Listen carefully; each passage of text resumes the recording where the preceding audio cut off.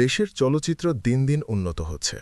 Banalata express, Prince কিংবা দমের মতো চমৎকার সব সিনেমা তৈরি হচ্ছে।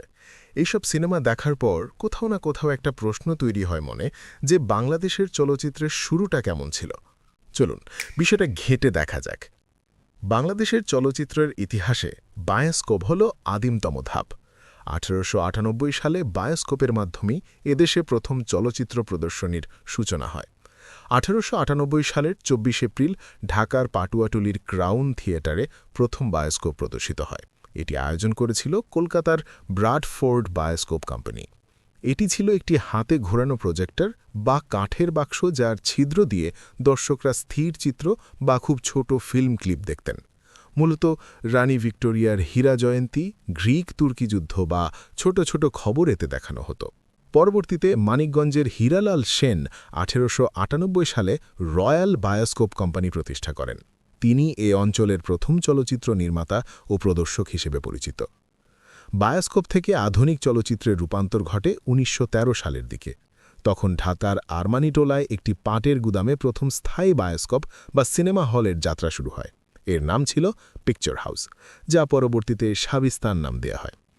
এই সময়ে বায়োস্কোপের সেই ছোট ছোট ক্লিপ থেকে বড় দৈর্ঘ্যের নির্বাক ছবি বা সাইলেন্ট ফিল্ম তৈরি শুরু হয়, যার সার্থকতা পায় ১৯৩১ সালের দ্য লাস্ট কেস চলচ্চিত্রের মাধ্যমে।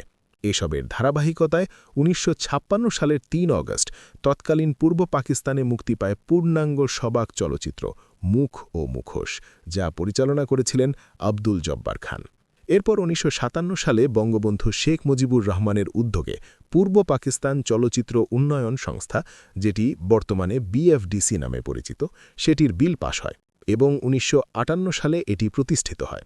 এর ফলে চলচ্চিত্র নির্মাণের জন্য স্টুডিও, ল্যাব এবং এডিটিং সুবিধা হাতের নাগালে চলে আসে, যা নিয়মিত ছবি নির্মাণে সহায়তা করে।